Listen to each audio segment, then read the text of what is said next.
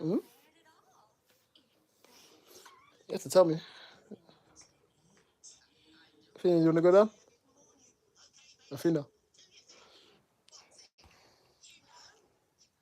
Do. Yes.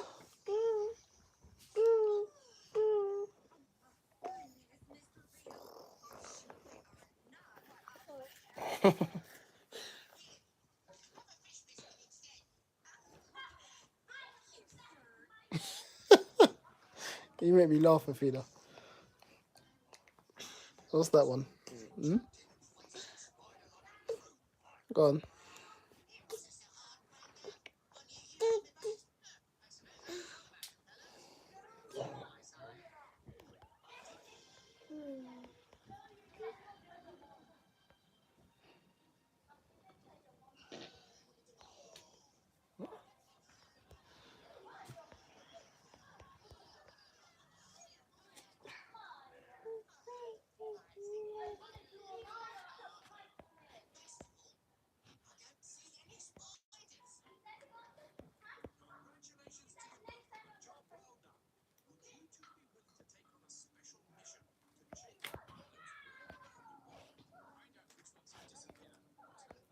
Okay.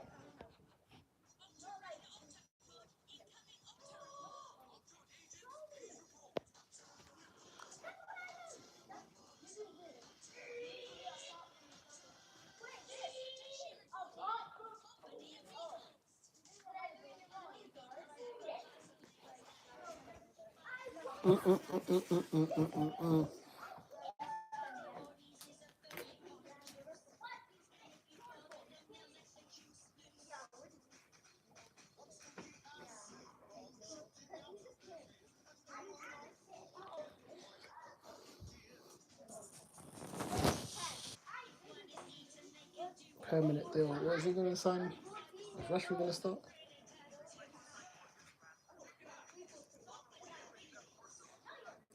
Rashford will permanently stay. All right.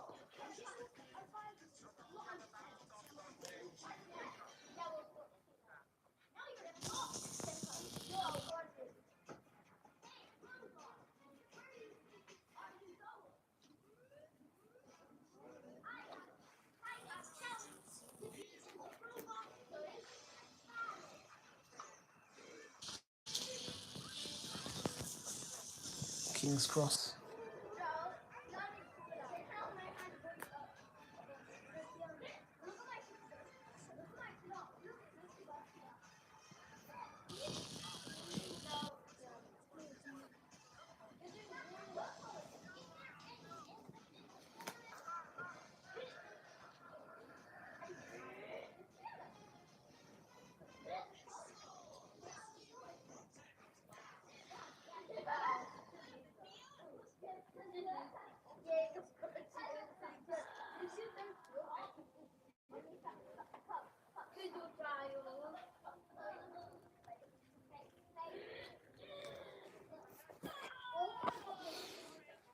Hello, Granada. How are you?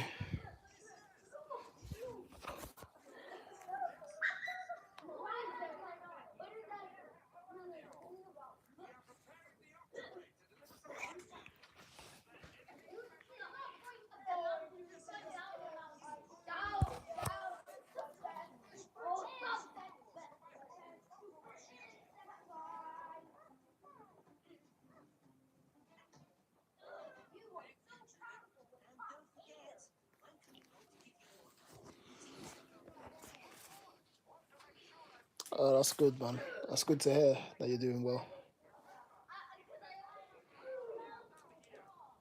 What are you up to?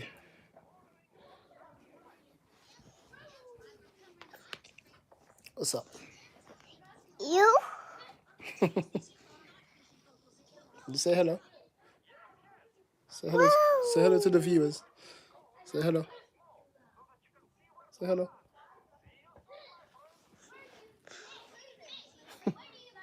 Shy. Huh? What's that? I don't know. You tell me. No. No, Finna.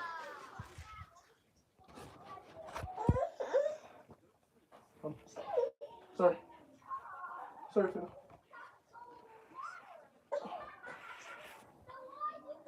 What's that? Finna. There you go. You can take it.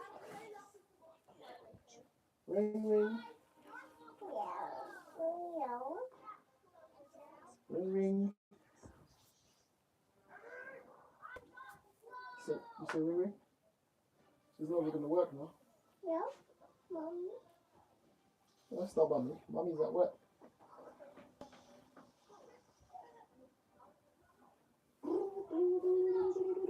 What's that? Can I have my phone now?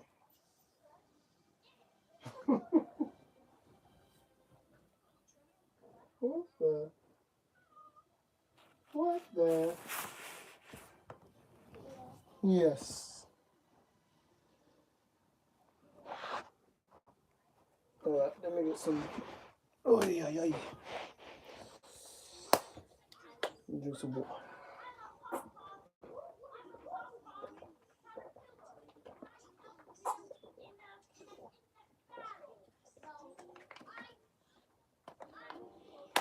Ah, woo.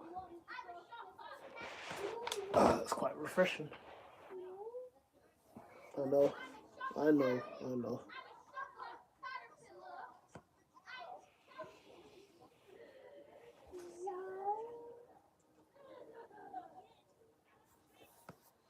Where's the other one?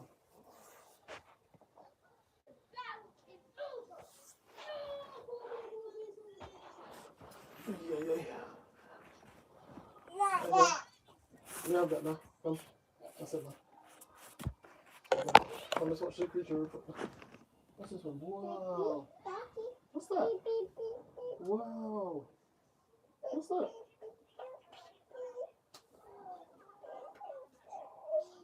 I am. Do you want to go down? Do you want to go down? You want to go down? Okay, you're going down now. Come on. Okay, stop it then. How are you gonna able to be watching this? Are you gonna listen now? You wanna go down? Okay then. Stop. Stop it. Stop it. Stop. Stop.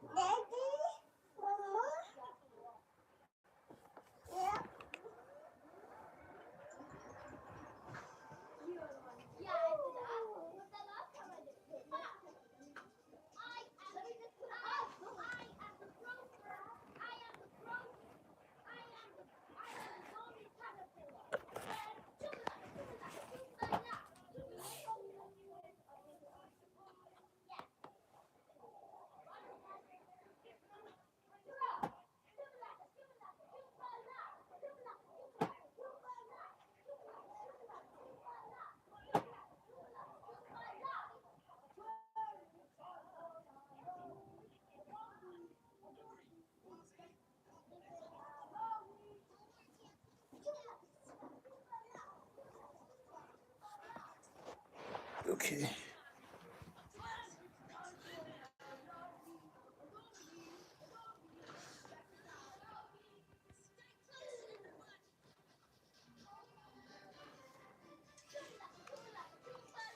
No, no, no.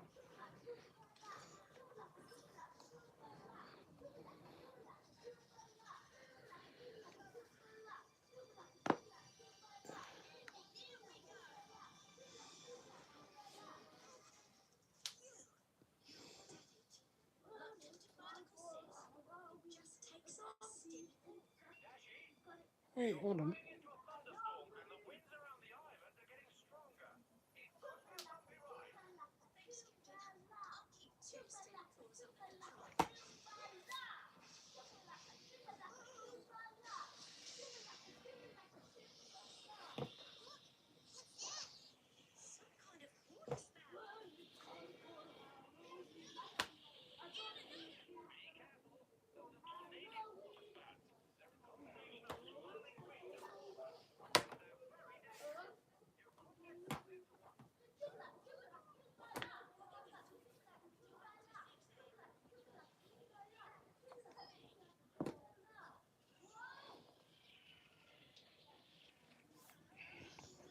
Hey, hold on. What's the day today? Oh, I'm gonna go down. Okay. It's better? Is that one better? Let's check my calendar. So tomorrow's what? Tomorrow's the 1st.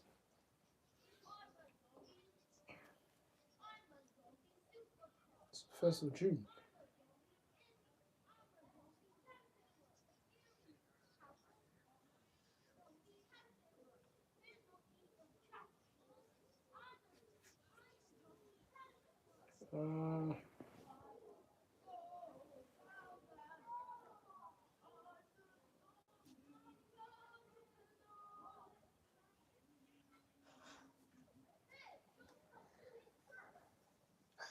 You tired?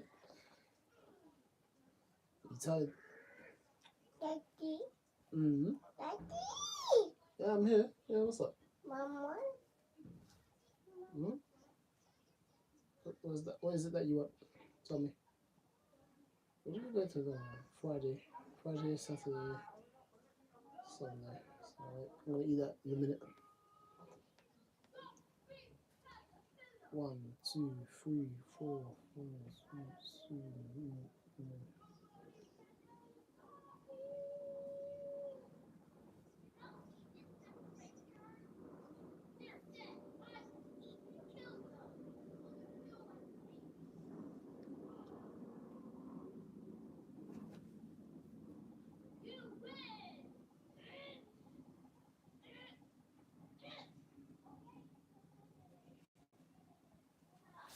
It's so humid as well.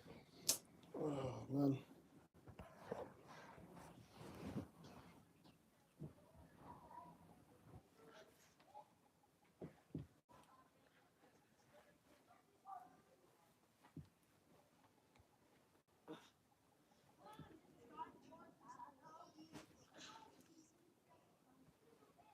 Stop it. Huh? What's that? Huh?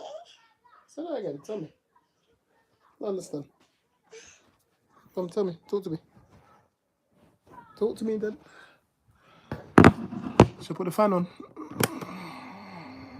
Okay, we'll put fan on. It's hot.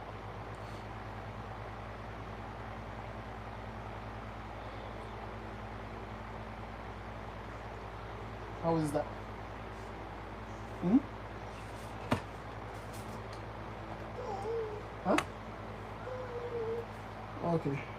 Let's see. Let's see. Hmm?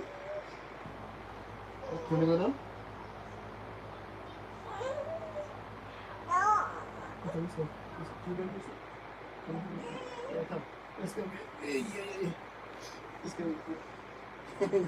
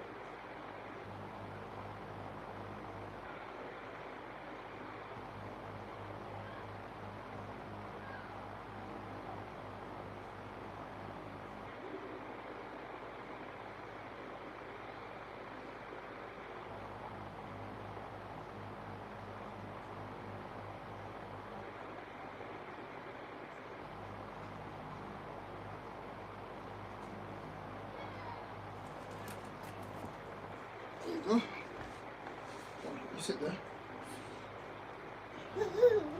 Oh, you get excited now, aren't it? Yeah. Yeah. Alright, here you go. You want this one?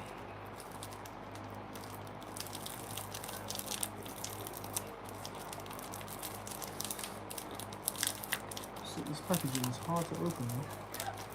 Here you go. Here you go, that's for you. Then I can't help you with anything. No, I can't help you. No.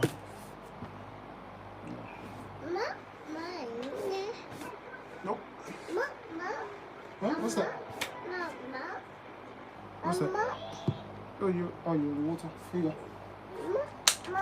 Yay. She's excited now. Very excited for the water, no?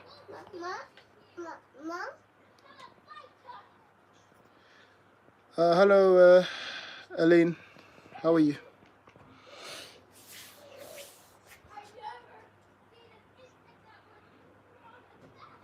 Thank you for coming through to the live stream.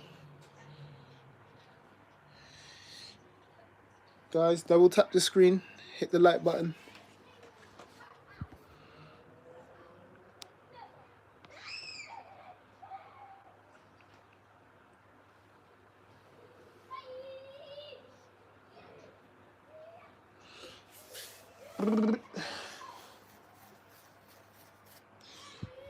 Yours is water, that's it.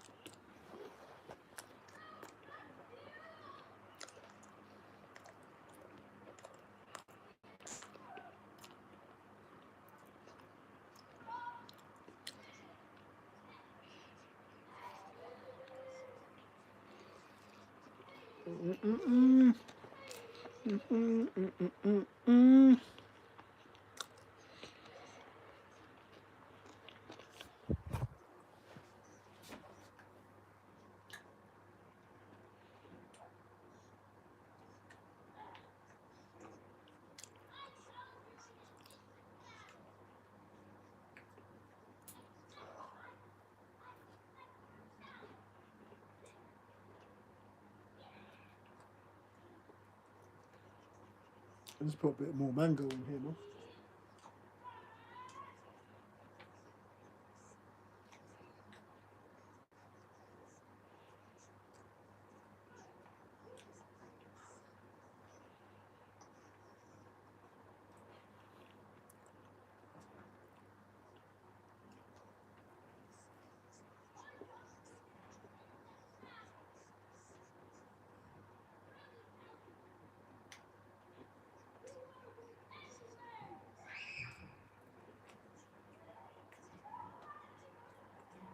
Wow.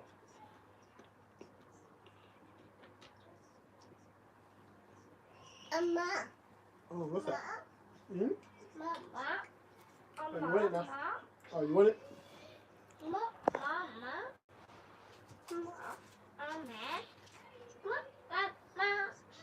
There you go.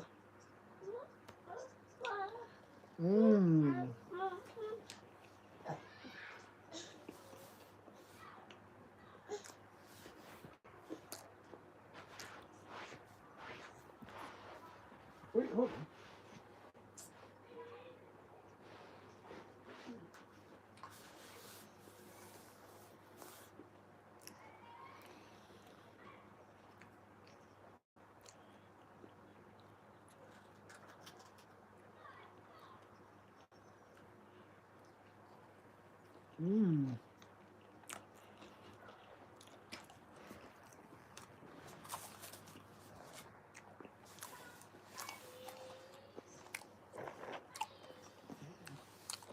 guys, hit the like button. Hit that like button, guys.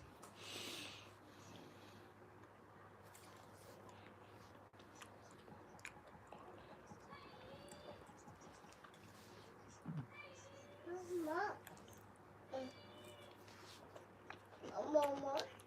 You want more?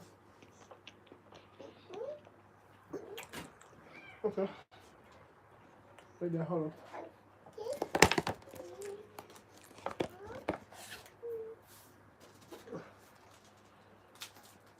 Oh Oh no. What do you say? Thank you. Thank you. Eat. No, eat it. No, Fina.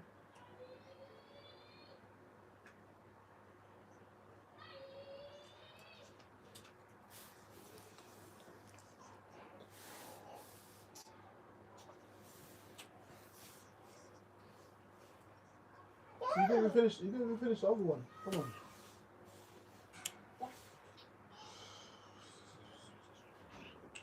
no, no, no. Serious.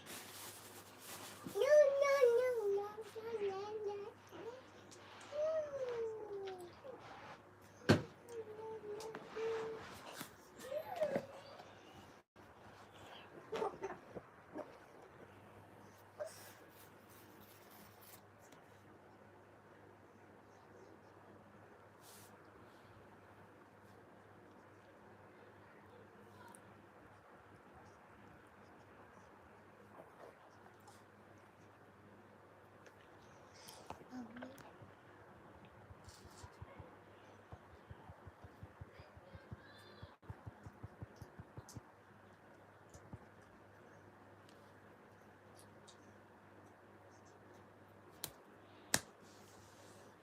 It's just.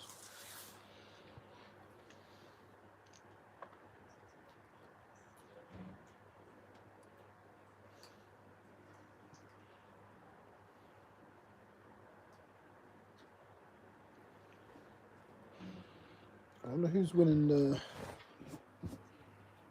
What's that celebrity? Hold on. Soccer Aid.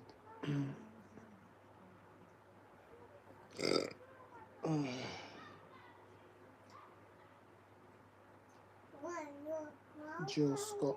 Okay.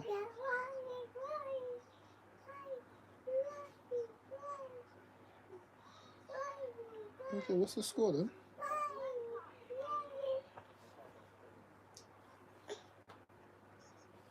Latest score. Whoops. Yes. Yes. Damson Idris scores in Soccer Aid. Eden Hazard scores, but England. Oh, Eden Hazard was there as well. Okay. Go. Yes, yes.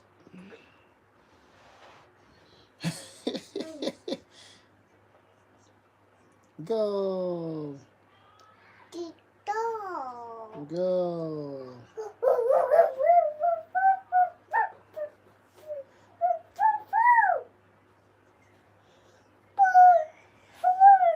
Is it a goal?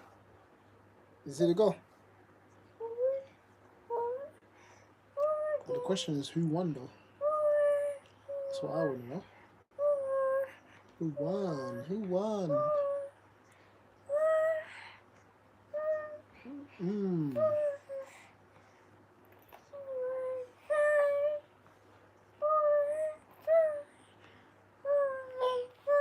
Spots.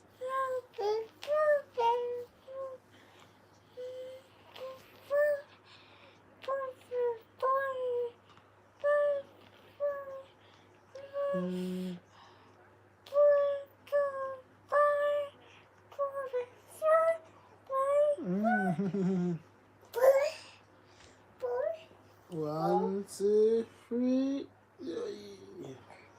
One, two, three. One, two, three. Yay. See? 1, 2, 3, go.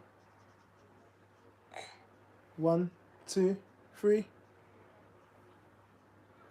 Again. Go on. Again. Guys, hit the like button. 1.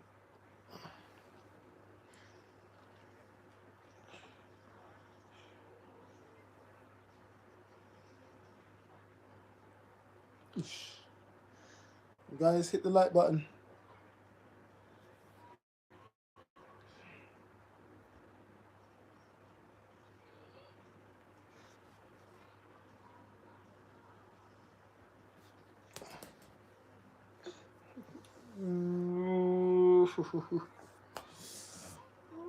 Technically, PSG save football, man.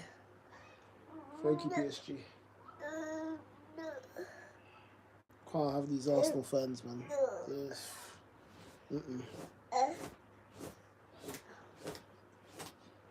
Guys, hit the like button. Guys are just coming in and not thing. Makes no sense. Guys, hit the like button.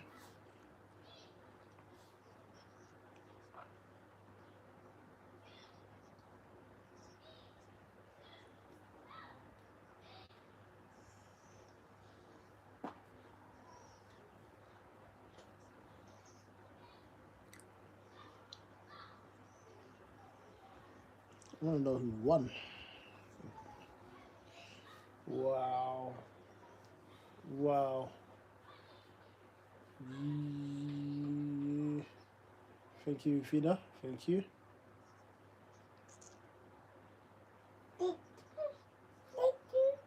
Mm.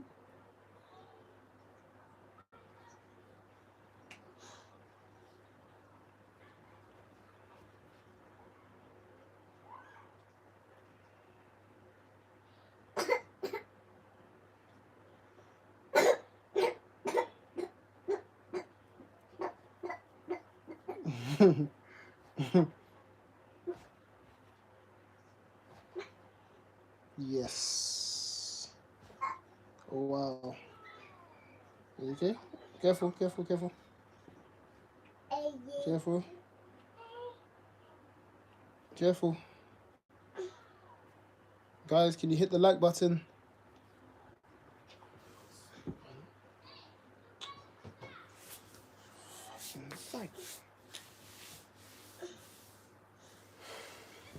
Honestly.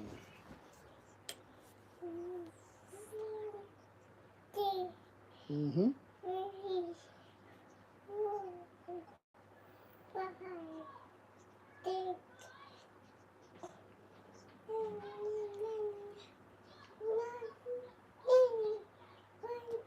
Ow, ow.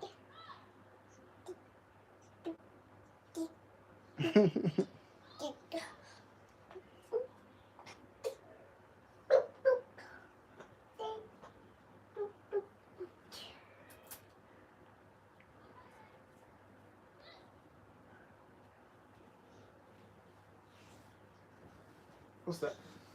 No.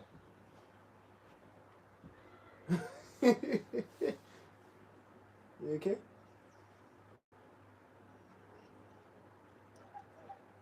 Baby? Yes. Go on, have a look. Go on, have a look. Go on, have a look. Look there. Go on, you can have a look. Go on.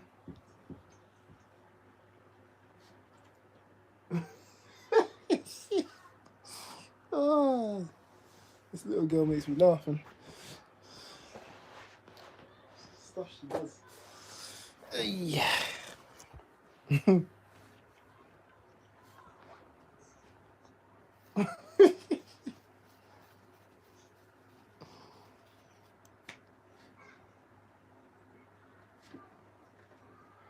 Careful.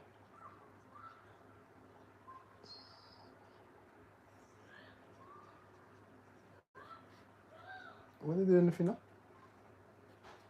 Oh. Uh-oh.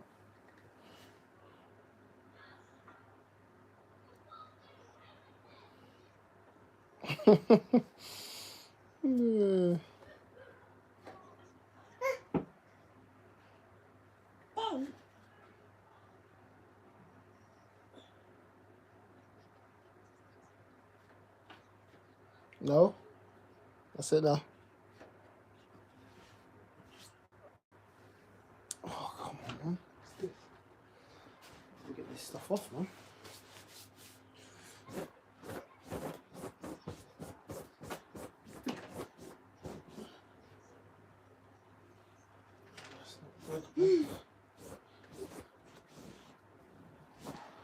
Yes. Oh, USA are playing Senegal. Des and Pulisic. No. Where can I watch this? No, Fina. That's it now. That's it. That's it. No more. No more. No, no, no. No more. No more.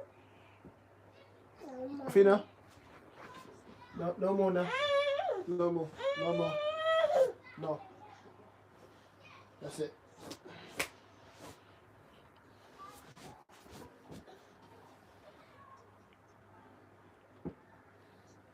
Ow. So what's this playing? It's playing further up. 3-4-3. No, Fina. No. No, no. Done.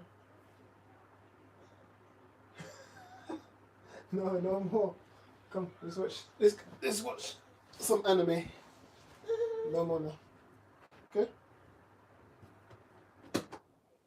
Turn off now. Got a headache.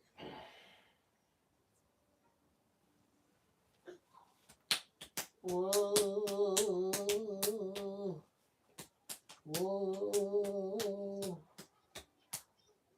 Again. Whoa.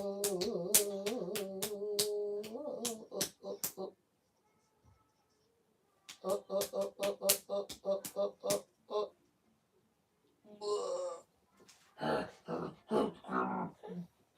Okay, you gonna go down? Okay. Hey, come, go down. Are you gonna lay down? Okay, then lay down.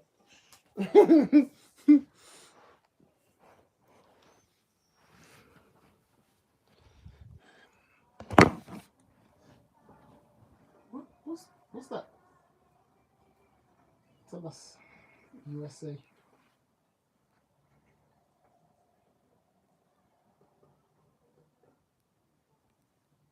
He made the assist. He made the assist and goal.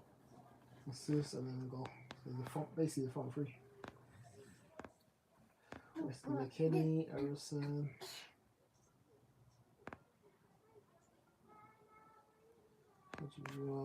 There were some good players on the bench, man.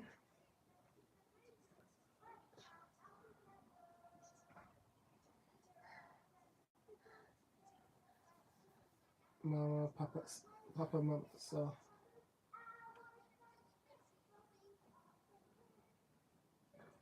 Okay.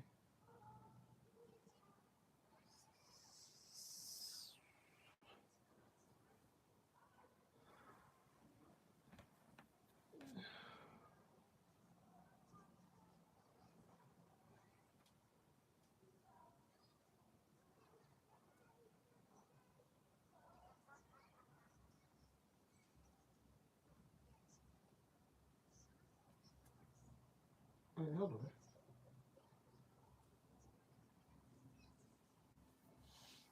Where's the double check?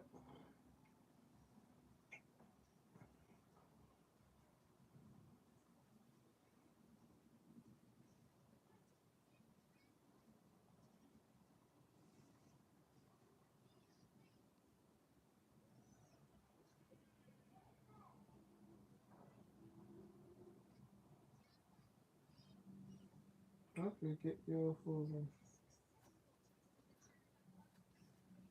How do I do that then?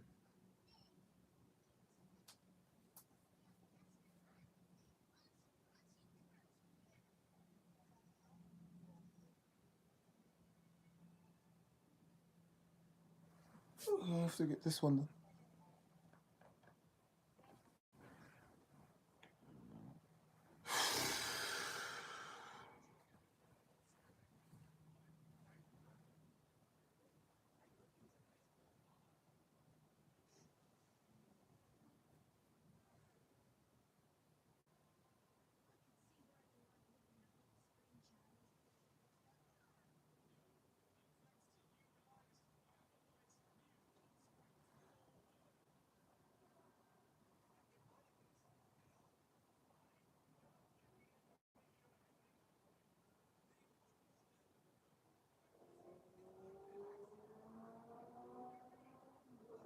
do this then. We're going to compare the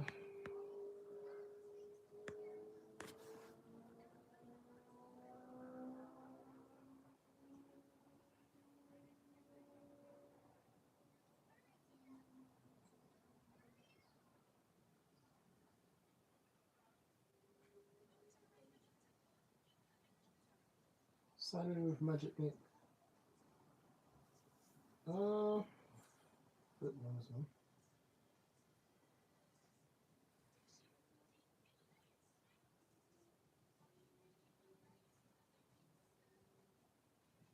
Oh, okay, I did that raw. Okay.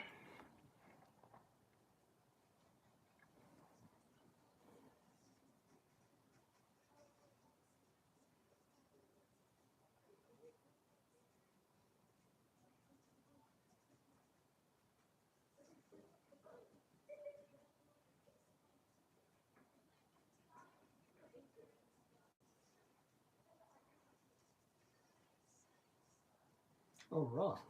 50% off full domino. Raw. Sick, huh?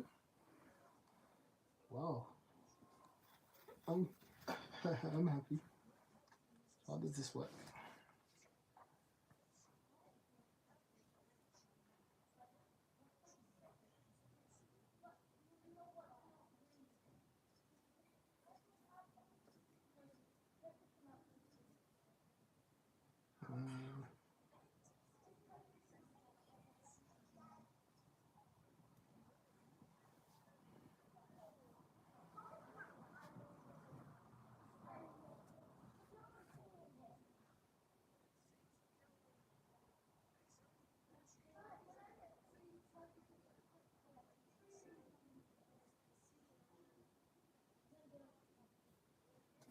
That month is gone now.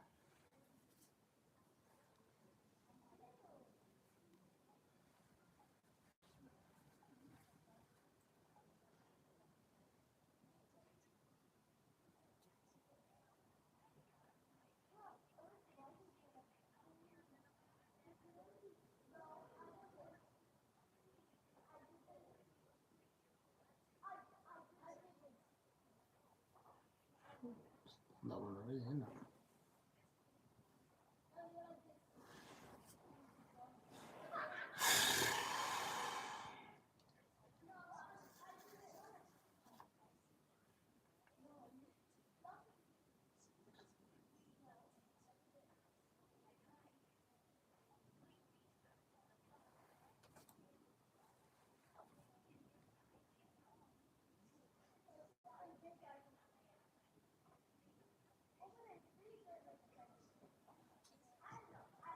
A bed? Bed? No.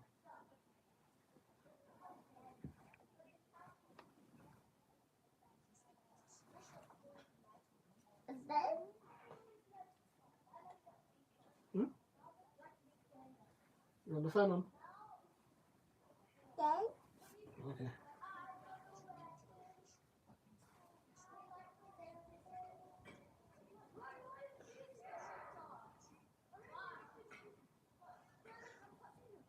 Oh.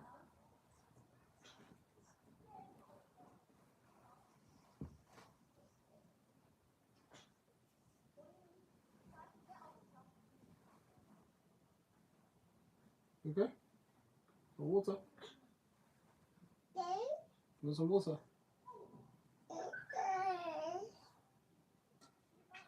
Okay, hold on.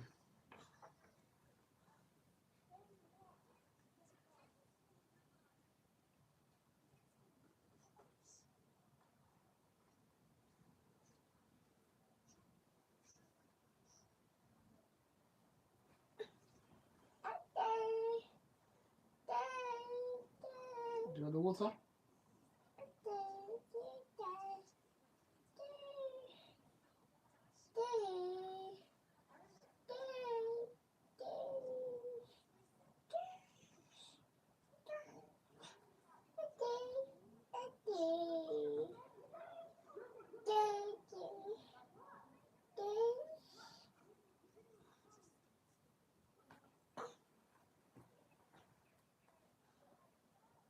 water? Alright, let's get your water. Where is it? There you go. You have to sit up and drink it though. Sit up. Sit up. Up. No. You have to sit up and drink your water here. No, here. Go.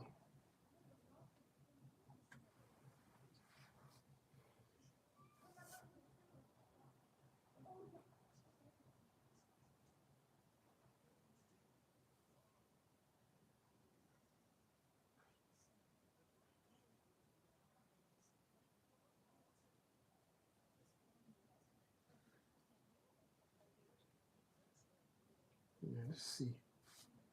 This is okay, good. Okay, perfect. Whew. Oh man.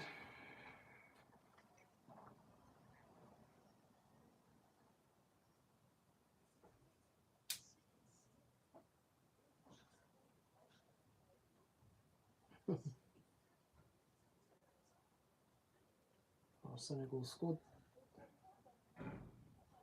So scored now, Sadio Mane.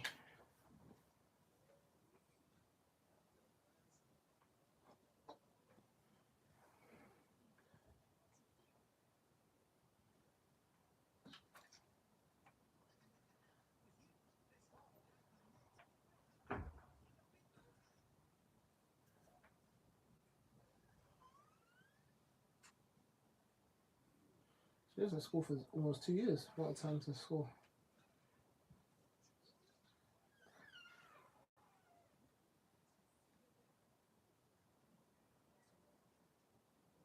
The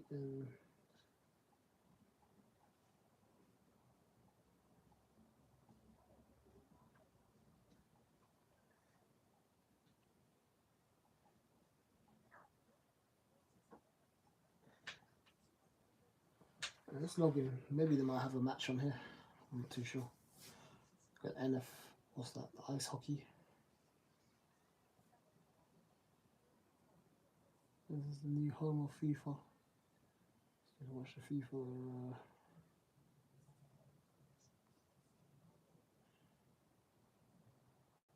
What's this? Free orders.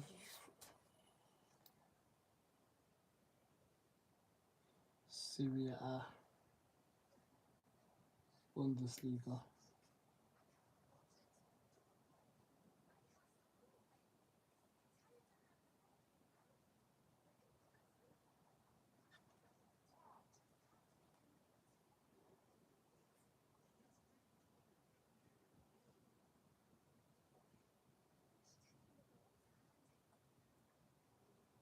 I think I remember logging in here.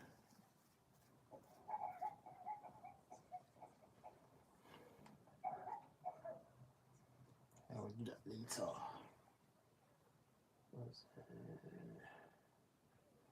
But I've got everything here, you know? Wow. Premier League, of course. Champions League. League Cup. Championship. Europa.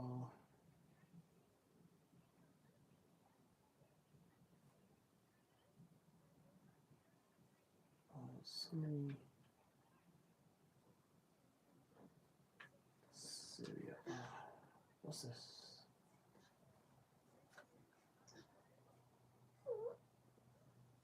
Hmm? Club friendlies. Club friendlies, that's it.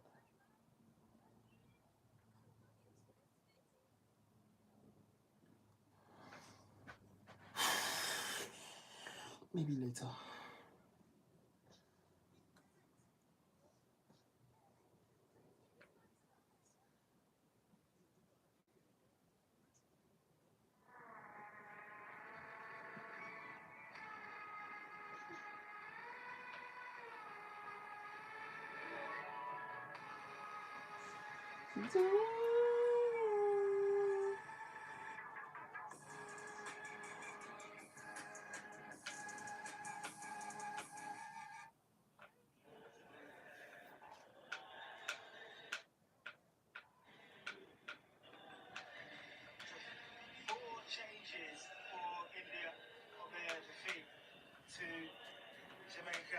Zimbabwe. And you see, coming into the team is Ryan Ali, Sharon, and Partip Singh.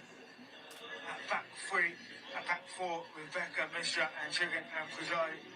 What are you expecting from the Indian lineup that we didn't see in midweek? Well, I mean, India did struggle creatively in the semi-final. Gurpreet Sandhu kept it with 2 goals each.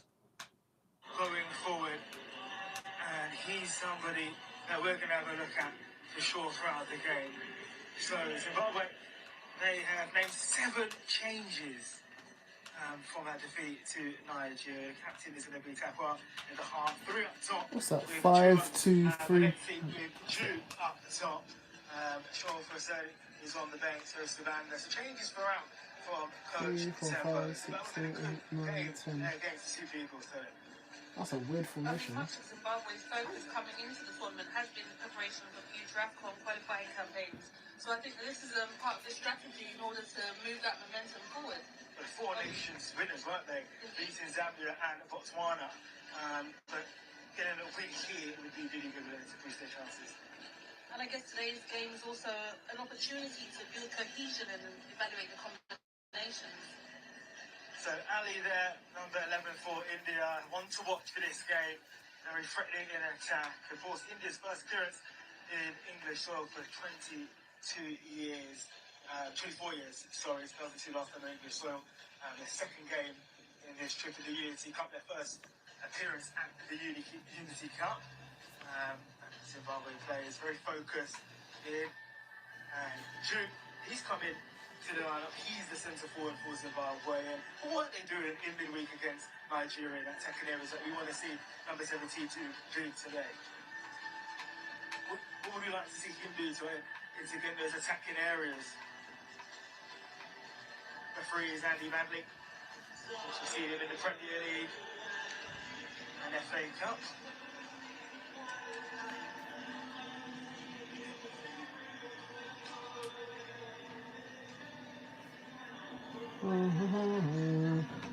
There is Coach Gunnar Tembo. He's the Zimbabwe coach. Only his second game in charge. He lost his first game, of course, in midweek to Nigeria. And it will be his side to kick things off for us. Shooting from left to right. In a beautiful day in South East London. A festival field of football. A special competition. We're looking forward to the finale a bit later. But first, we're going to find out who will finish in 3rd place. So Zimbabwe is to the left of your picture, India to your right. And we're moments away here from kick-off. The Unity Cup 3rd, 4th place playoff. So we're now waiting for... See, they should have put the tickets... One of the ticket prices are expensive. That's why look at the stadium.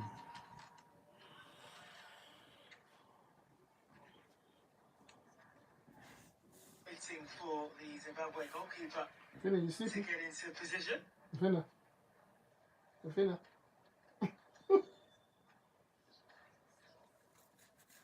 16. Marley Timaza. Is in goal.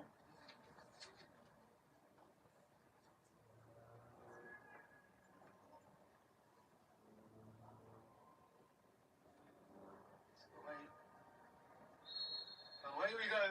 This 3rd place playoff game between Zimbabwe and India. Zimbabwe all green and India in orange. What are we expecting from this game? So, Well, it's, there's a lot to play for. That's a weird camera. Obviously, We don't really play on that camera like that. It's always on the other side. End up in the 3rd place playoff, but I mean, it's losing this game means leaving with absolutely nothing tonight, and I'm sure both teams are fighting to leave with something. Zimbabwe, of course, spoke about their eyes on AFCON qualification. They won the 4 tournaments, but life under Tembo, they've had the ball in the early moments, controlling it. That's how we probably expect this game to be. Zimbabwe open in possession, looking to be aggressive on the front foot, with India just holding their shape, but also being deadly in attack with Ali and Chowdhury on those forward positions. You can see there, Ali, number 11, the one who's pressing onto the ball to the defender, Granga, the left-hand side for Gala. Tabara, captain. As you can see in your pictures, is that both players. The goal, the real tries that. Another good ball in, but really struggles to deal with him. Having it India. Their attack's so fluid. Zimbabwe with Shishuma, Jube, and Nevada. And Lorenza, back kill comes in. And then Monetti is brought down. And there's the key moment of the game. Difference maker. He made no mistake, Jube. That's a really good angle, isn't it? So for the second, release Monetti, blasting down the right. And there was the save that came in crucially to deny Shuma. Been a good game. You look at the highlights, hasn't it? I mean, an eventful first half in favour of Zimbabwe. And obviously, clearly to the delight of the fans, who seem to be enjoying the music that bit more. The cushion of a 1-0 lead over India. Again, this is what it's all about. It's culture, it's celebration, it's vibrancy, and coming out to have a good time. It's not just football, it's everything that makes life of the diaspora in London that much more colourful. And Coach Tembo, who just take back to the football, in terms of Zimbabwe, the second game in charge, they now have the lead. A different half-time talk, different half-time talk that he had. A different half-time highlight. Zimbabwe, India have been very, very... Jubilation all around the stadium. Zimbabwe finished third.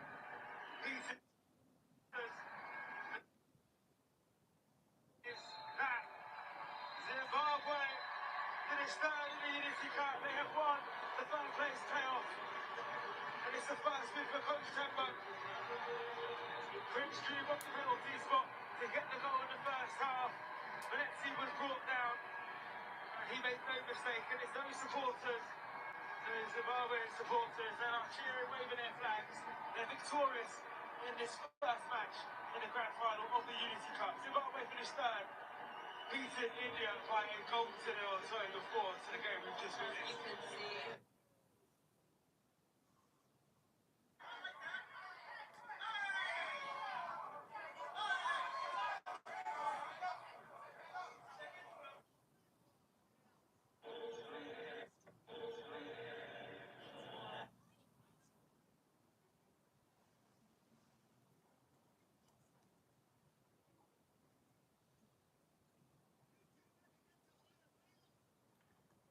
Oh, good for Marcus Rashford.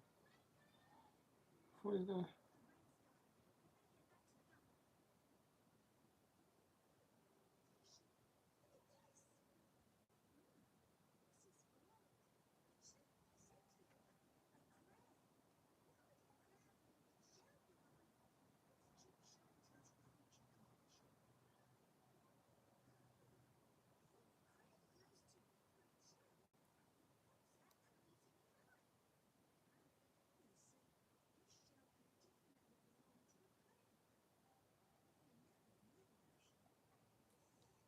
This is different. It's an AI.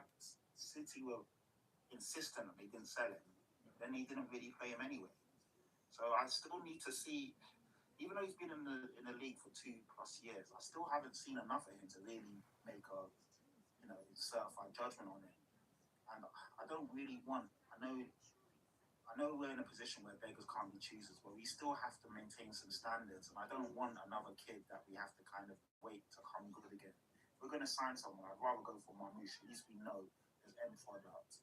He just needs more minutes. So, of course, both would be great and welcome because they definitely are better than what we have, or they at least add quality. But when Billy's talking about floor raisers and ceiling raisers, I don't really see either of them raising the ceiling. That's the point we're trying to make. We don't need to buy in same kind of players where they're great on their day, but when is their day? And we have to essentially push them to that level. Why can't we go out and be ambitious and go and buy someone who's already there, ready to go? You literally just plug in and play them. So that's my reservation. Like Carl from Palace, perfect example. Oh yeah, he's a great player, man. I love him. I think he's great. He's great. And go to United and ask him about Rashford. And again, another very, very good player. Yeah. I think he's great. He's great. So that's my reservation. Like Arthur Palace, perfect example. Oh yeah, he's a great player, man. I think he's great. He's great. And go to United and ask him about Rashford. Again, another very, very good player. Yeah. So, they're out there. They are out there. Spurs have just got to go in and get the deals done. I know Kobe Mainoo's just signed a new deal, but that's the kind of player where if you're looking at a young player, that's the kind of young player I'd like. Someone who uses quality, looks a lot older than they are, and is already. I know Harry came in and revived. Hello, Melvin. Kumusta ka na, bro? Yeah, but those are the kind of players that we should be looking at. How are you? We're missing senior pros at the moment. We're badly lacking. I'm good, thanks. Quality senior pros. And for me, that's got to be the priority this summer. We have got so many kids. How are you, man? Yeah, I think it's all fair points. I mean, Bill, you were talking there about floor raisers, ceiling raisers. Where does Marmoush, and I know Savino we spoke about before on the show, where do they fall in those categories for you? Do either of them really get you massively excited at the moment, or do you feel there is better options out there that deserve the canvas way to come to the club and coach? Marmoush, I think, would definitely be an exciting signing. I think he's brilliant. He's not had the easiest job at City because, who are you going to replace in the first team 11? Haaland or Doku and people like that. It's just, he's clearly a very good player. I think he's got pretty decent stats even in the years that he's been sort of in that team. I think that would be a really exciting signing for sure. I know that he was excellent at Frankfurt, but then so was Milani, so you got to worry about that one. So Savinho, I think is a tricky one just because he's been very poor this season. He's had a poor season. And my worry is now, every time someone looks at the positive of him, they have to go back to that Girona spell, yeah, you're right. He hasn't set the world like the Premier League. And I'm worried if we're targeting players that are sort of cast-offs of teams we will eventually want to be competing with. So that would be a bit of a worry. But at the same time, he's a very good one-on-one winger. Winger sign is so important. We've seen this season on the left wing, so the mishmash players there. So it has to be a big sign in there for sure. But, Yeah, Melvin, how are you, bro? I think we have to go out and make those different kind of signings. Otherwise, it's just going to be the same mold that we see under Enoch all the time. Yeah. Does someone like Rashford, Bill, I know, again, it's astronomical wages. I think they're in the region of the 350k mark. Bill might think it's a bit crazy, us trying to attempt to sign him. But is that the kind of player that does show genuine ambition if the reports are believed to be true and Spurs are? Apparently, they say they're at least inquiring about the possibility of signing him because of the fact Anthony Gordon has now signed for Barcelona, probably now puts to some degree Rashford's place in the team in jeopardy. Is it fair to say, bearing in mind it was only a loan he went there on? Yeah, I'm surprised that Barcelona aren't making it permanent because he's been excellent there this season. I'm surprised at that one, but I think it would definitely improve us without a doubt. And obviously, he can play in the front, of course, the front free striker, left wing. So I was a bit surprised that Barcelona didn't go for it. I know that he really wanted to stay there, so I think he would definitely improve it. I think if we're looking at winger options, there's Ndiaye at Everton, I think is excellent. I think there's some really optimistic Spurs fans talking about Leao today. But that, when you talk about ceiling raise, go and sign Leao, that would do it straight away. Yeah. Not sure we're quite in a position where we can compete with those kind of players yet, unless we offer them absolutely monumental wages. But that's the kind of a signing that if we're really going to be different this year, like they keep saying, go and get Leao. Ndiaye or Rashford, really quality winger. Yeah, I just quickly, Vicky, with the Rashford one, it's because of the terms that Man United won. They won. It's only 35 million. I say only. It's still a lot of money, but it's not crazy money. But it's the fact they won it in literally 2 big installments. Yeah. And then also Rashford is on like 350 a week. Right. And Man United don't want to subsidise that anymore. So whoever comes in for him has to essentially pay 300k a week for him. So that's why it's easy to go and get a Gordon, because Newcastle are happy to split the installments over a longer period. And Gordon is happy to leave Newcastle for, say, 170, 180k, as opposed to Rashford, which he wants 300, 325. So that's the reason why, even though the fee's cheaper, all the behind the scenes dealings don't really favour Rashford. Yeah. The key is consistency here. Leao's a very talented player. You don't know what Leao you're going to get from one match to the next. No good. But he's the same as Romero. No doubting ability, but temperament-wise, not for me. Not for me. You know, you want to go. You want to go knowing that you're going to get quality week in. You know, at least a 7 out of 10 every single week, pretty much. Apart from the odd game, and obviously, all top players have a bad game from time to time. But you know, how many bad games you see Declan Rice have? How many times? It's a fair point.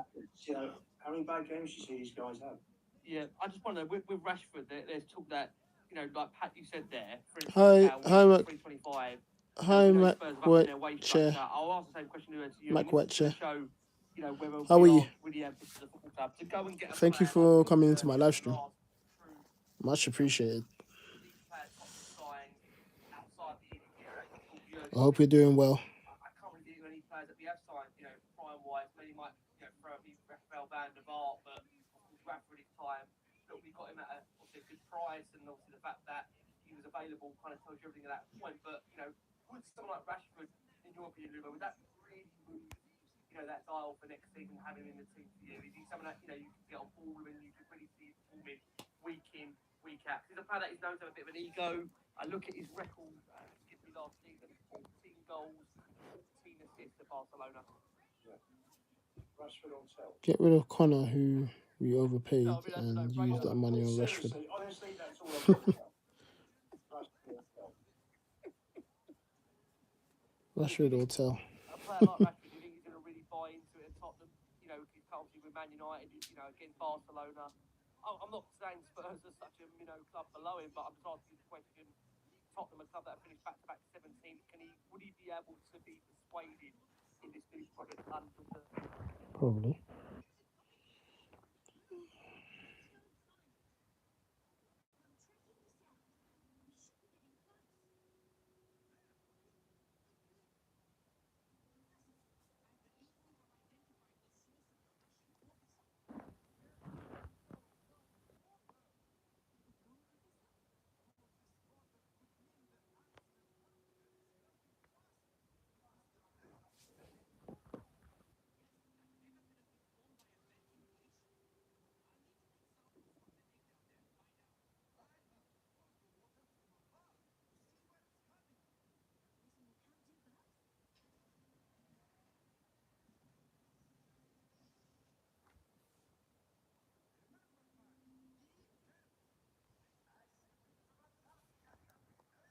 The deserving factor, particularly this summer and January, because we're not in Europe.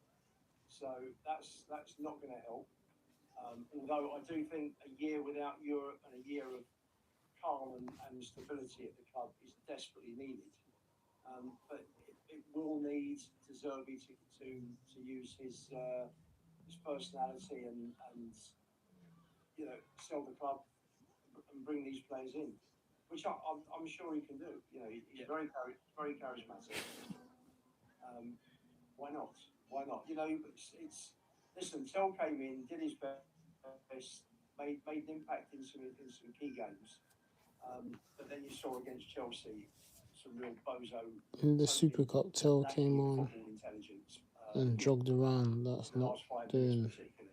And leads the overhead kick. I mean, and you just think the kid's not ready. He's not ready. And you know, we've had the whole year pretty much. Hardly any of the players have been on their game. So it is to an extent unfair to blame kids who have been thrown in because of injuries. Yeah.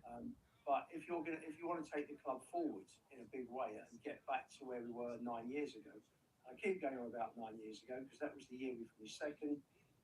86 points. I believe the three players we should get now are Alex Scott, Ryan, and Junior Krupi. And then didn't get backed. And since then, it's just gone downhill big time. Okay, we've had Conte finishing fourth, but apart from that, it's been poor in the league, hasn't it? Yeah. Well, listen, we're talking about players that want to obviously move that needle. One player that has yet to play a competitive game for Spurs. There's been so much speculation around his future. We're expecting him to come back to the club this summer. What happens to him after that, we're unsure about. But I've got to ask you about Luka Vuskovic because it's been non-stop. I know we're going to have Seb Stafford-Bloor on with us on Tuesday. He'll be giving us a lot more detail into Luka as a player and what he's done and achieved so far during his time out in Germany. But the latest reports coming out from what we're hearing about Vuskovic is that as it stands, a move back to Hamburg is currently not an option. The Croatian currently has two options: either a long-term extension with a higher salary, or a move to one of the biggest clubs in Europe, and talks are ongoing over the player's future. I mean, I just find this baffling. The guy's yet to play a game for Tottenham, and yet there's so much speculation around the kid. I mean, where's your take on it, Bill? Are you surprised at that noise at the moment? He hasn't come back to the club yet this summer. I'm not surprised about the noise just because of how unbelievable he's been this season for an 19-year-old centre back. So it was inevitable, really. I think this is going to be the next sort of player that continuing to get linked to big moves just because of how highly rated he is. I think Tottenham have just got to be smart about it, not get involved in the noise, and make sure we secure him long term. He's one of the best prospects in Europe, an unbelievable debut season in the Bundesliga. But I would say this: if anyone is wondering why he keeps coming out and saying Hamburg is my dream and all this kind of stuff to play with my brother, make sure you listen to the show on Tuesday because Seb's got a really good handle on that story. It's not just as simple as he just wants to play with his brother. There's a lot behind that story, which makes it make sense of it.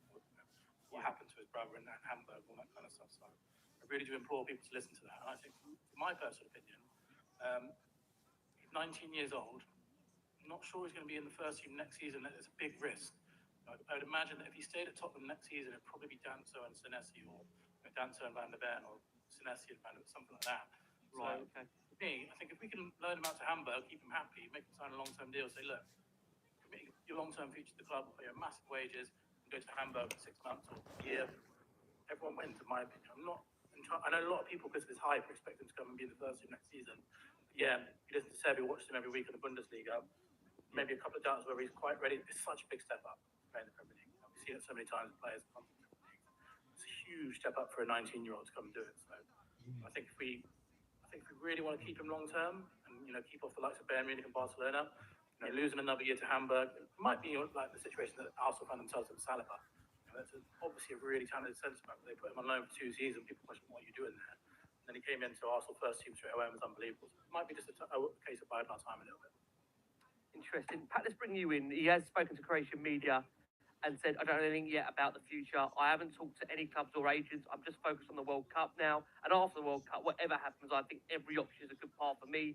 So I don't think about anything too much. In a separate interview with Nova TV, Vuskovic appeared to rule out a second loan back to Germany. And also his son, Roberto De Zerbi, he said, playing with my brother at HSV would be a dream and a dream come true for me, but it's hardly possible.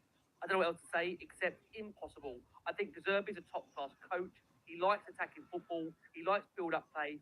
And I really like that. And I hope we'll work together in the future. What's your gut feeling for you on this, Pat? Do you expect to see him in a Spurs shirt next season, or do you think he may well get a loan out again?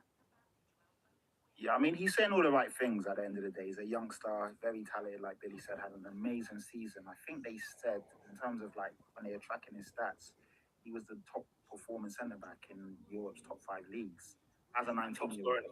Yeah, you're comparing everyone, the Van der Vens, the Gabriels, the Salibas, whoever you want to look at, Van Dijks. So he has been that good. But I do agree with Billy. The Bundesliga is, I know you got Bayern Munich and you've got some really good teams in there, but across the board, it's not as compared as strong as the Premier League. And again, Billy hit the nail on the head. I think another loan at Hamburg or a team with that ilk for another season, get him really up to speed, because what you don't want to do is stifle his development. If he comes back, is he going to start and play week in and week out? If not, then unfortunately it is a waste of time. And you don't want these kids to get stifled and then they never reach their potential. But at the end of the day, I don't think we really need to stress that much. He is a Spurs player. He's still on a long-term contract. Just get him to sign a new contract with much better wages, and then just let him develop. Let him just go out there and play his football. And then obviously, hopefully, we can bring him in next season under De Zerbi when we're a bit more, basically a bit more settled. And then he can come straight in and be the player that he's meant to be for Spurs. Because right now, we're still up in the air. There's still a lot of positions that are up for grabs. We still don't really know what team we're going to be. So bringing him in as well, I don't know if it's the right move for right now. It's interesting because again, there's been. I will just want to bring Lubo in as well on him. Lubo, I want to ask you just to bring that in as well to play, because there have been suggestions in this last 24 hours that we've seen Arne Slot leave Liverpool, but that's not stopped speculation that apparently Liverpool are seriously considering Mickey Van der Ven following Slot's departure, and is being viewed as one of the club's leading options to replace Ibrahima Canate to strengthen their back line. Now, look, I think from what we're hearing, again, Ben Jacobs, friend of the show, says Mickey van der Ven, his family are all Liverpool fans. And he said that if, and I want to stress, if Liverpool made a move for Van der Ven, he would want the move in a heartbeat. His whole family, Liverpool fans. Van der Ven would absolutely want to go to Liverpool. He says this summer may not be right for Liverpool because Van der Ven is Van Dijk is ultimately still there. So perhaps Liverpool, if they are interested in Van der Ven, would see more logic in waiting for 2027. But at the moment, nothing is really developing as things stand. And Ben does go on to say that Spurs are hoping still for Van der Ven to sign a new deal, and he's actually really enjoying playing under Roberto De Zerbi. Where are you on that view, Lubo, in terms of Van der Ven's future, and if that kind of links to Vuskovic at all, whether Vuskovic may stay if he does see a pathway to the first team for this upcoming season? Vuskovic starting next season. A couple of things for me come into play. Number one, he's going to play for Croatia this year in the World Cup. If he has a superb World Cup, then you're looking at him thinking you've got to get him straight back and into that first team. The other point is, will De Zerbi play three at the back or two at the back? Now, if he plays three at the back, then for me, you've got Vuskovic on the right, you've got Van der Ven, and you've got Senesi. And there's your three, and that will be very, very good three. And you've got Danso in the wings, and then you're looking at maybe bringing Phillips back, and then you've also got Byfield, who they'll keep at the club, keep developing. He's only 17. He'll be playing under 21, who will be there in the event of another injury crisis. So, for me, I think there are those factors that come into play. If the whole of Europe's after Vuskovic, then what are we doing loaning him out again for another 12 months? Seriously. Because if Barcelona come in for him, do you think Barcelona are going to loan him out for 12 months? Don't think so. So, let's look at it. Why are we, when it comes to getting a really good talent, why is it, oh my God, we've got to loan him out, he's too young. Sorry, if he's that good, and the kid's been playing top level football, Premier League, yeah.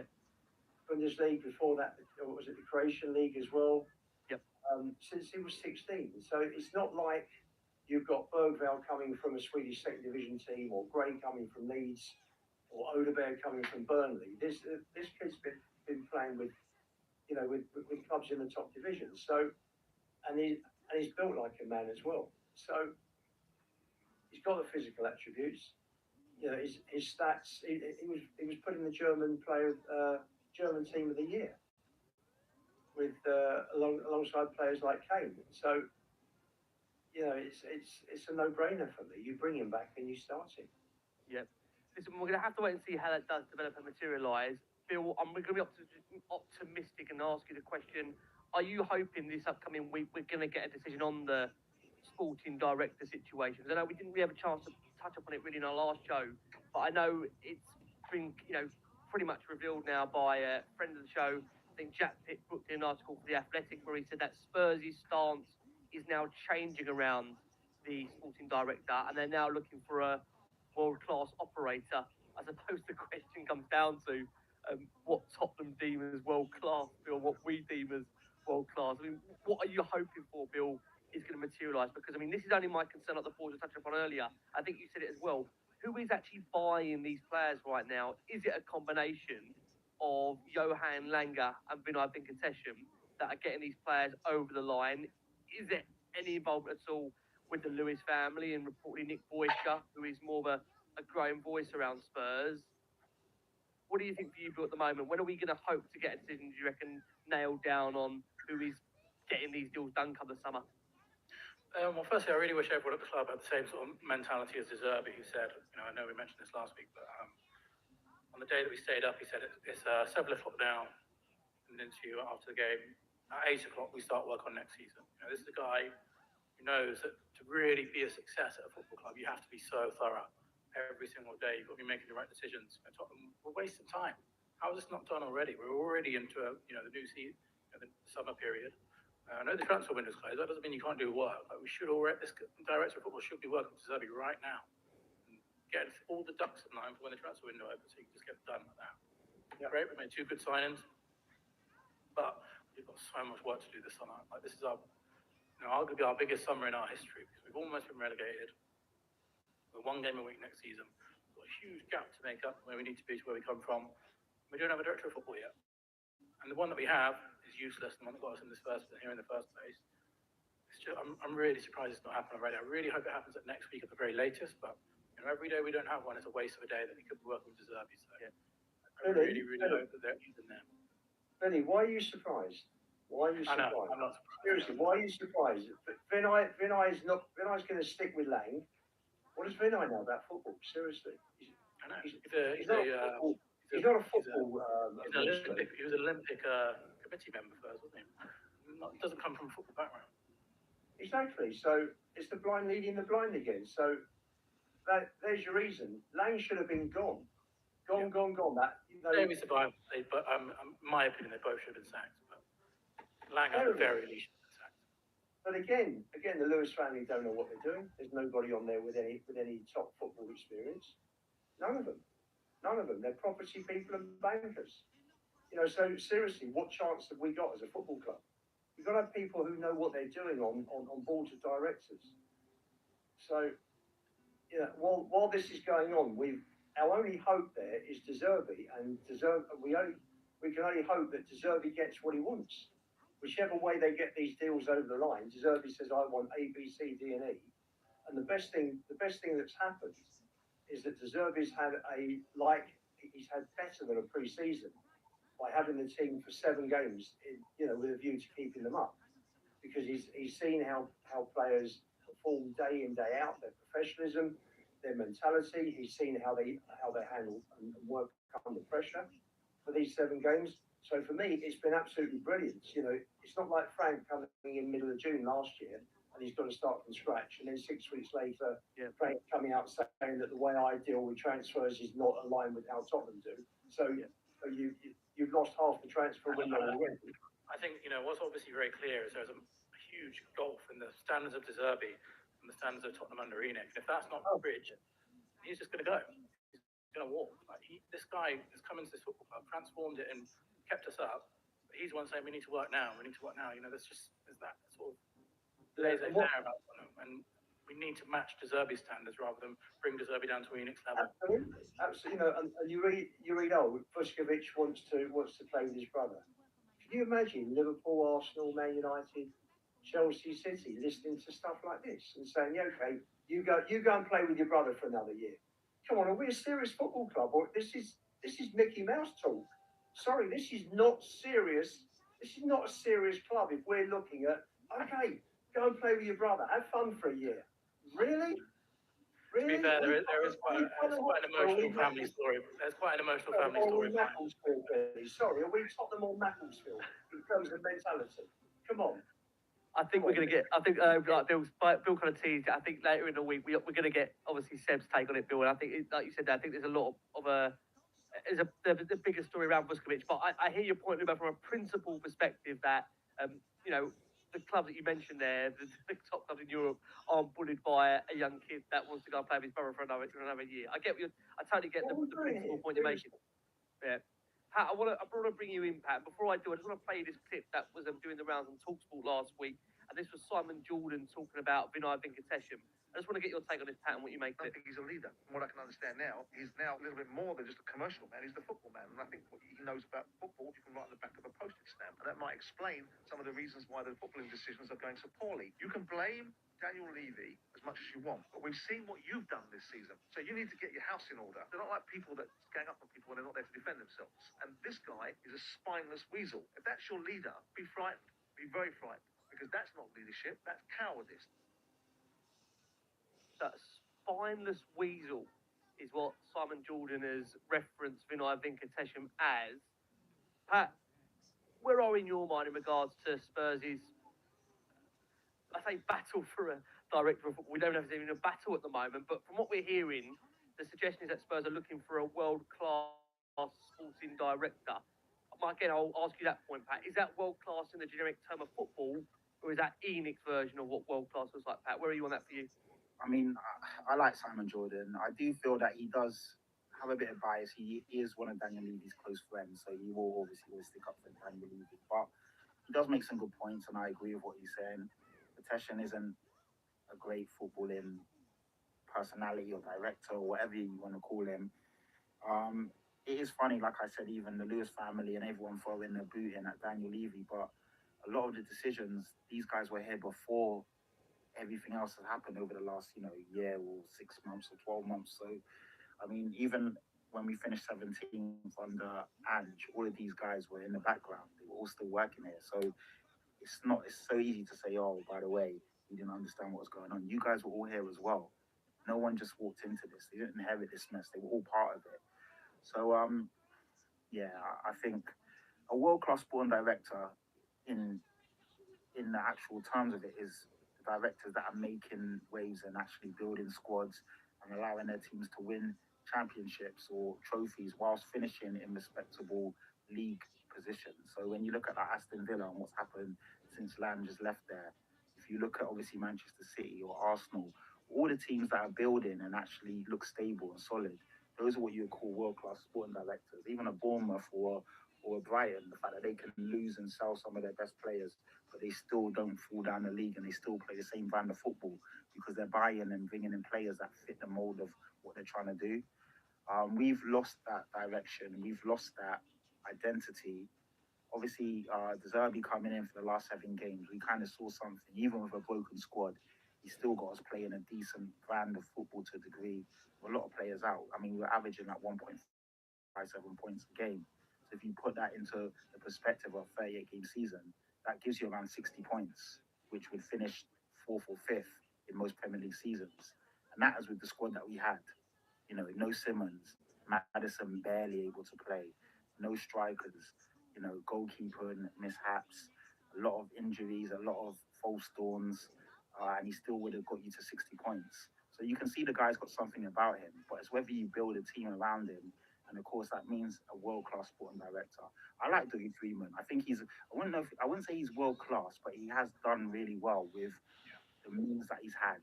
On a bigger scale, obviously he needs a chance. Of course, everyone needs at some point a chance to step up to prove if they've got it. But he hasn't done it on a big scale, on a world, class scale. But he is good. When you look at the guys we've got, they're nowhere near the level. Sorry, go ahead. Sorry. Yeah, I was going to say, I think the one you mentioned there, Bournemouth, what an unbelievable job that he's done. Like, there you go. they sold four of their best players last summer. Yeah. Sold Semenyo in January. They're going by Rayan. Imagine if Tottenham signed Rayan in January. Approved players like that. The amount of players that guy has uncovered, really hitting in the Premier League. That to me is an unbelievable director of football. Thiago Pinto, right? I believe his name Thiago Pinto. Yeah, is that right? Yeah. Been a phenomenal acquisition for Bournemouth, and you can tell with him and Iriola, they really were working hand in hand. It feels that they two know what each other wanted. They got what they wanted, and again, I think they've got a very special relationship. So I'll be interested to see how again that does change with regards to the fact that Iriola is no longer going to be at Bournemouth and how it does affect things under Marco Rose. Boys, I do want to come on in a second to this internal review Spurs have launched, but I suppose Lubo, just come around to you in this, as Billy's kind of referred to it there. We need to get a decision quickly. How optimistic are you, Lubo, that we are going to get a quick decision on this in the world of Tottenham? I don't think anything's ever quick, but when do you hope we're going to get a decision made in terms of who is coming in to assist, whoever that may be? Because it does appear at the moment what we're hearing, Langer's future is uncertain. Vinay is, as things stand, set to stay. So it's whether the new sporting director comes in and is going to get complete control, which would maybe see Langer marginalised, or whether they're going to be working alongside Johan Langer in this potential position. Yesterday, when I wanted to happen yesterday, basically. Dougie Freeman, I think, it's been reported, has said that he won't come in to work with Lang. He wants full autonomy over decisions. This guy has brought in Gahey, Eze, Elise, Munoz, amongst others. I think Tyreek Mitchell. There's so many, and he's done a fantastic job for Palace. I mean, Palace have won 3 trophies, including the Charity Shield, Community Shield in the last 12 months. I mean, we're talking Crystal Palace. They haven't won a thing in 119 years. And between Mitchell's work, between Dougie Freeman's work and Glasner, look what they put together. Look what they put together at Crystal Palace with their with the resources they've got, and they've spent much less than us. I mean, you know, they've got Eze for 20. You know, Spurs were looking at Eze for a year. Palace got him from QPR for 20. They got Elise for 8 million from Reading. I mean, these are fantastic. This is great scouting. What are we doing? For me, Lang is it should be a dead man walking. Absolutely hopeless. Vinay has not got the cojones to do the job, and it's just a question of whether. But basically, what happens in terms of who they get, whether we can get a really good director of football, and who on the board is actually going to say, do you know what? Having Lang there is limiting the number of people, the number of candidates that we can go for. So, you know, are they gonna take the ball by the horns like they did with Frank when they marginalised Lang and Vinay and took the decision to get rid of them, or will they sit back and wait for Vinay to do the job? If they do, it's going to cost us this transfer window. It really is. How confident are you that come the start of the window, which is on, I think it opens on the 14th of June into the 15th? How confident are you that the new sporting director will be in place at Tottenham? I'm not confident of anything this board of directors and Vinay Venkatesh do. To be honest with you, they've done nothing for me to give me any confidence in them doing the right things for the club. Yeah, listen, we're going to squeeze in our final break of the show for our listeners and audio. Thank you to the over 15,500 that are with us here on this edition of Last Word on Spurs. We do need to come on to this internal review, which we're going to close the show on to get everybody's thoughts on this. Before we do, Roberto De Zerbi also spoke in-house to the superb Ben Haynes during the week and gave his thoughts on Tottenham turning a chapter and why, of course, for Tottenham, Spurs can never, ever be in a position where finishing 17th again. We're going to hear from Roberto De Zerbi. Before we do, if you guys get out there, like, subscribe to the show. Let's bring in Roberto on the back of Spurs staying in the Premier League. You mentioned yesterday that it felt like being underwater for 55 days. How does the air feel now? I think it was the best day in football. And I'm not so young, and because when you win a trophy or when you win a league or when you are very very nice moment, but when you stay up is better. Is more intense as a moment, no? So that was Roberto De Zerbi there, reflecting in a wider interview you can catch on Spurs Official, where he talks to Ben Haynes about Spurs surviving in the Premier League, of course, the importance of it and what the future does look like. I'm joined by Ian Lubin, I'm joined by Patrick Todd, I'm joined by Billy Tennessee in the Last One Spurs. Guys, thank you so much for all your incredible support. And I know many are excited by the opening of the transfer window. We've just got no idea who the sporting director is that's going to be operating with us in typical Tottenham fashion. And Bill, I know we want to do a little bit of work on this piece because it was superb that Alistair, of course, we had him on last week, and he spoke about the fact this piece was coming and the fact this Spurs, from what we're hearing, have launched an internal review into last season. It includes a psychologist joining to banish Spursy, I hate that word, Spursy thinking, ending the horrendous injury record and an investigation into the pitch. Now, an internal review has been ongoing since the appointment of Dan Lewandowski as performance director from Man City. This comes after he found significant challenges within Spurs. He joined the club one day before Thomas Frank was sacked. There was external independent tests on each match day, which have already been conducted on the pitch at the Tottenham Hotspur Stadium. There are understood to have been no difference to the bounce and the spring of Spurs' stadium pitch compared to Hotspur Way. A deeper, detailed analysis is set to take place over time to ensure a deeper review will happen. Xavi Simons, of course, when Xavi Simons went down with his injury, that was obviously the talk of the town at the time and how Spurs treated him from a physio perspective. Although it's what's coming out of this piece is that he was dealt correctly by Spurs' physios. The player was keen to continue but was unable to do so, and the right precautionary steps were believed to have been taken with no additional damage done. Although we hear Spurs are looking to improve the trust that the players have with the medical department of the club. This comes after some had chosen to put their faith in staff from previous clubs or national teams. There was also an acknowledgement within Spurs that the high turnover of managers in the last few years has been one of the contributory factors to why Spurs have had so many injuries, and the main reasons being frequently changing training sessions, head coaches pushing players harder, players pushing themselves beyond to impress. What were your main takeaways, Bill, from the article? What do you hope we're going to learn from it? First, I think the most important thing is that we are doing this kind of review into it because it's essentially been a massive factor in us having two dreadful seasons in the Premier League, two horrendous injury crises. Didn't think we could possibly get worse from the previous season. Next season comes in and it's even worse. Again, never seen anything like it in my life. Horrendous. Really stifled us as a team. Not the only factor, of course. There are plenty of our own doing that were our own factors, but definitely a contributor. My concern is we already did this last season. We got rid of all the medical team last season. Nothing improved. Personally, I've never bought into the pitch thing for a number of reasons. Firstly, it wasn't really happening on our pitch first 4 or 5 years of being in that stadium. A lot of the ACL injuries in particular happened on away days, on away games. A lot of them were more than the ones that were on pitch. I think for me, the biggest concerns we had are one is the manager thing and the trainer thing. I think that's really logical. Two, we just never really have a squad big enough that we can rotate properly. Our rotation has been dreadful. Always. Look at Pedro Porro's playing every game for 3 years. You watch Man City the way that the really elite clubs rotate. We're just nowhere near it. Always have a poor squad depth. When you do that, you're relying on playing the same players all the time. 3 competitions, 4 competitions. Of course, they're going to get muscle injuries. Just it's inevitable. So I think a lot of it is a reflection on our own practices rather than blaming the pitch or something like that. We need to start behaving like an elite club. That's what we essentially need to do. So yeah, this is a good step. And what I was really impressed with, again, I mentioned this before about De Zerbi. The De Zerbi was having such a big input into it. I think this guy genuinely cares about the stands of this football club, and that is what we need. Enik and Vinay, Venkatesh and Langer, they don't seem to have that drive to want to do everything they can to make this football club an elite club. You just have 5 weeks of De Zerbi or whatever it was, you immediately get that feeling that this guy wants to do absolutely everything to take this club to the new level. Just don't get that from our other leaders at Tottenham. So that's what we need to start doing, really. Yeah, I agree with some of the points you said there. Pat, bringing you in, just get your thoughts on that from your perspective. This internal review obviously being taken. I mean, Billy makes a really important point there, the fact that it was only 12 months ago we did a similar type of review, and a lot of the medical staff that were then there have left subsequently. So, Pat, your thoughts on this overall, what you make of it?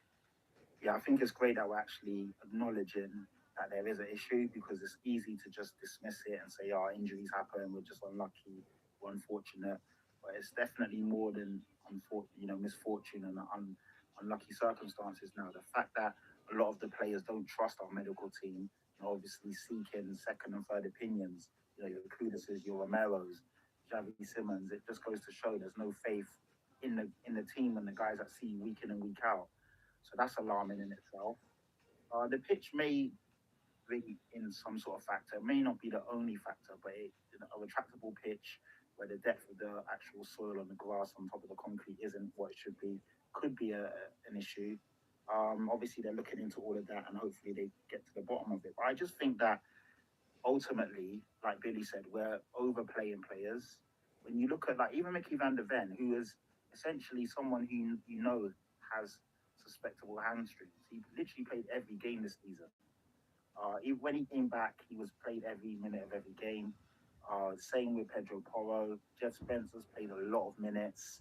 Halinia played a lot of minutes. Richarlison, who was essentially injury prone as well, whenever he was available, he played essentially every minute of every game. You're just rinsing players, and sooner or later they do break down. When you look at your Cities, Arsenals, even Newcastle to a degree, they rotate. We don't rotate players enough, and that's because the squad isn't deep enough, and that's why we are essentially, having these injuries. Xavi Simons didn't play, and then all of a sudden he was playing in every minute of every. It's just weird. I don't know. Obviously we've had managers that, in my opinion, didn't get it. Thomas Frank was very stubborn and was overplaying players as well. Archie Gray, bless him. Thankfully he didn't get injured, but he was getting played in a lot of different positions, playing a lot of minutes for such a young player as well. So it's no surprise that these guys get injured. I just think, we need to have some quality control. That's what I probably would say. Quality control in regards to the people we appoint, quality control in terms of what's going on, and the chopping and changing of managers. That doesn't help as well. Having to, Tudor came in, he was essentially meant to be someone that pushed hard, hopefully now, that part is better.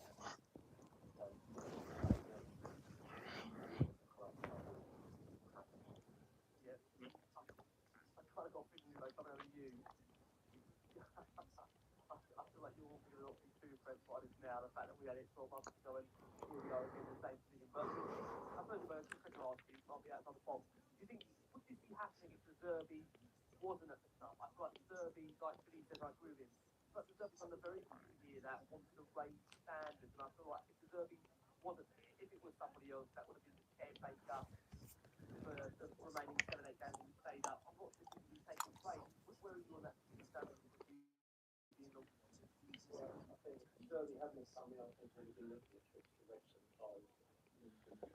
Bolton next season. I think if it is the pitch, then you can trace that back to one man's obsession with the NFL. If it's not the pitch, then they've got to look at take your match injury. Simmons got pulled with his knee at Wolves, right? Literally 10 yards ahead. They had him bouncing up and down, jogging up and down to see whether he could go back on the pitch. The guy had an ACL. Now, surely, if these medical guys are on the ball, there will be an educated guess this could well be an ACL. Went in straight off. You don't risk the playing self. They had fencing call.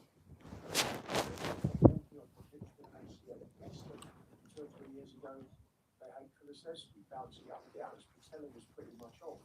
And they've got him bouncing up and down to see whether he's going to come back on the pitch. You just look at that and you think, that is completely total madness. It's worse than madness.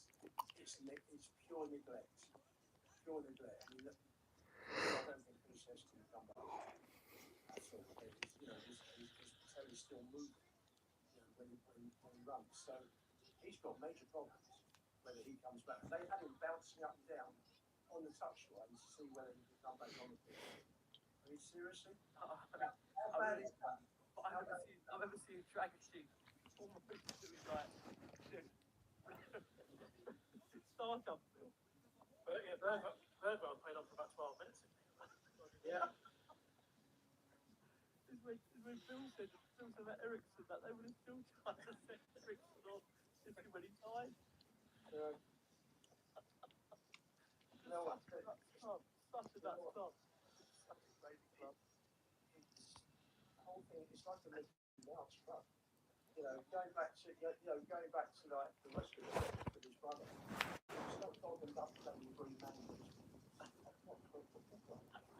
But the whole thing, when you have people at the top that are only interested in making money, not neglecting the football stuff. This is what you get. It's no surprise that we are where we are. No surprise at all. No, I know. I mean, I suppose the key thing about this is, are we going to learn from this? I mean, that's you get the sound that under the Nick Lewis family, are we actually going to take the learning from this into next season? Billy said it in his opening point about this. We've had an injury crisis the last 2.5 or 3 seasons. It goes back to three. It goes back to three. Yeah. Conte's last season. Conte on the season. Well, if you're an owner and you're paying these guys big money to sit in the medical room, surely they've got to at some stage wise up and say, hey, we're not getting value for money here, is that it? So you would, at least this inquiry, this investigation has been commissioned. They're getting on with it, and hopefully we'll see. It's a positive. It is a positive. As much as I can't stand these owners, it is a positive. Yeah. Well, you mentioned Nubo about the ankle necessity. There's been a reasonable difference. I think Swedish doctor who talked about the troubles in injury that necessity picked up, and he does have high hopes for the fact that necessity will at some point return. It's been a long story with Diaz.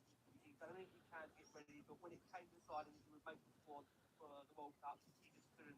The reason is that he hasn't played for full a year, but even the medical attention made this spring have pointed in the direction that he just wouldn't be ready.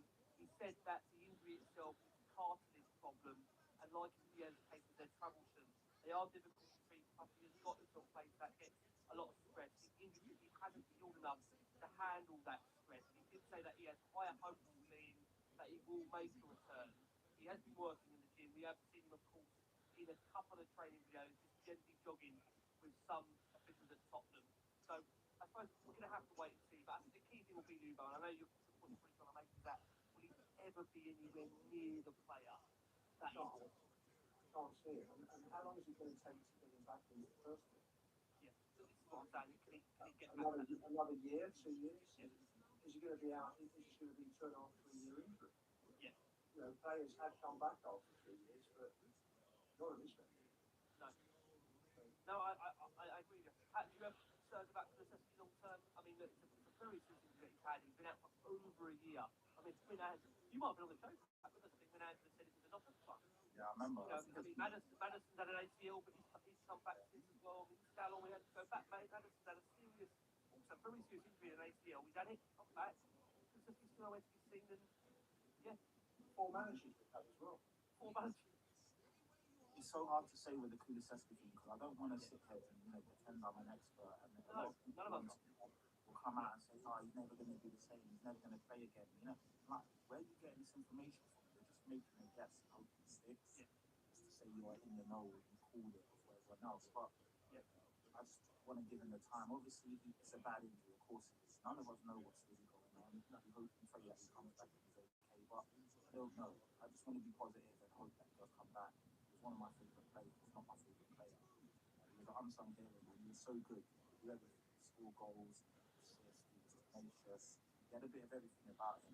When you're looking at him, Son, Kulusevski, against Manchester City away, he was just dominating games. He was so good. But I don't want to sit here and write him off or say, oh, he's never going to be the same player again just because you see a 10-second video jogging on the grass. How do you know what's going on behind the scenes and how well he's doing? It's a bit crazy, but that's what everyone wants to do nowadays is try and make a call and these false prophets. None of us know what's going on. Are we not commenting on the quote from the Swedish doctor? No, but I saw people like saying just from seeing him jogging, he's not okay, moving weird. It's just like, how do you know what's going on? You're just making an assumption of a 10-second clip. And the doctor did say to play next season as well. Yeah, and then there's been so many people that have come out and said you're never going to see him again. What's going on? How do we know this? So obviously, yeah, it is a long-term injury, but I can't sit here and write him off because I don't know what's happening. That's what I say. Your gut feeling, but you don't think you will see him anywhere near the level again. You think he'll get back playing, but nowhere near the level. Is it the case with him? I don't. Shawndawanderer was with me on the flight, had the same knee injury when he was playing rugby. He played rugby, not a professional level, but fairly recently. I think never came back the same player after that injury.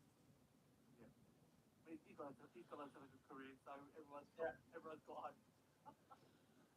hope. On that point about different careers, different options, Alfie Devine just on him. It looks like he's got to make a big decision this summer. It looks like he's probably going to be leaving Spurs. He was sent out on loan, of course, with 8 goals, 8 assists last season, 48 appearances for Preston North End. He's earned plenty of scoring. There's up to apparently 8 clubs interested in taking him permanently. And I believe that his fee was activated around the 4.5 million for his signature. So I just want to get Alfie Devine. He's been around the club. I mean, he's there for every pre-season. I mean, Phil, what's your gauge for you and Alfie Devine? I mean, is he going to get a chance at under-deserved, or do you think that's one they're just going to try and move on and get a fee for? Because we have some of these, haven't we? If you have players that seemingly end up always hanging around for years that don't ever really get into the first team, Phil. Yeah, I think he's a symptom of our pathway into the first team. It's pretty terrible. Sign him as very, very highly rated teenager. Don't really. Has he made any first team appearances for us? I can't remember. 20 years. I can't remember when I've played something he hasn't.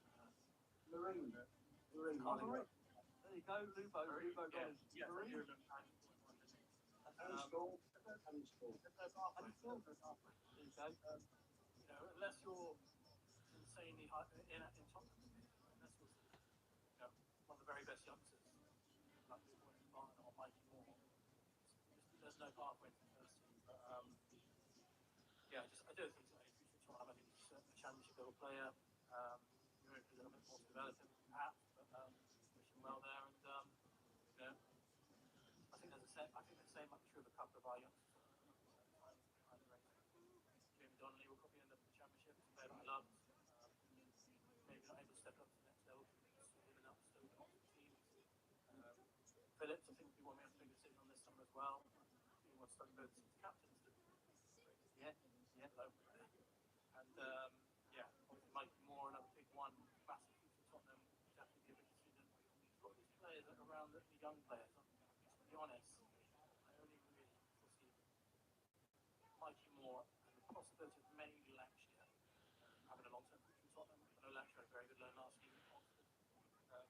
Yeah, the step up is going to be challenging. I reckon it's massive. We don't really do enough to bridge that gap. Players like decent loans and a good person. You can never really speak to them. I know this season they've hired a loan pathway back. Let's see if it improves. Yeah. More appointments and hope wins, isn't it? Really, this season, unbelievably. I mean, is that again? Phil, you rattle off the names. They like Devine, like Moore, like Lancashire. I mean, even more so. I guess this is why it's so important that we get this in terms of. I go back to again, sporting director very, very soon because there's a lot of decisions need to be made really soon. I mean, look, this window is open, in a matter of days now. Tottenham have got a really good generation of young players. Like we seem to win the league cups at every level, don't we? 16, 17, 18. There's wasting these players, so it's massive. Yeah. Do you agree with on that? Yes, I think Deserving want to see all the lonely players coming back. Before he makes the decision. And what also helped him is that with Stuart Lewis's help, he's been integrating some of the kids into first team training to have a look at them from time to time over the last 8 weeks, which has been good for the kids. And Tyler Thompson was the latest one that took part in training, I think the last or the penultimate week of the season. So Deserving is having a look at the kids as well at the same time. So listen, it's good, and as I say, he's had 7 weeks, 8 weeks, he's played 7 games. He's got an idea of what his squad is about, in terms of players who have played, and he wants to have a look at the knees. Remember, he's not coached his style into at the club yet. No, he came in, he had to play a pragmatic way, he has to base his style of play around the quality of the players that he's got. In a way that's basically to cut out the mistakes, cut down on the out shots on goal, which he did brilliantly. We were the best in the division in the last 7 games for receiving the least amount of shots on target, which was 17. And we got a very good chance. We only conceded 7 of those 7 games. We only scored 8.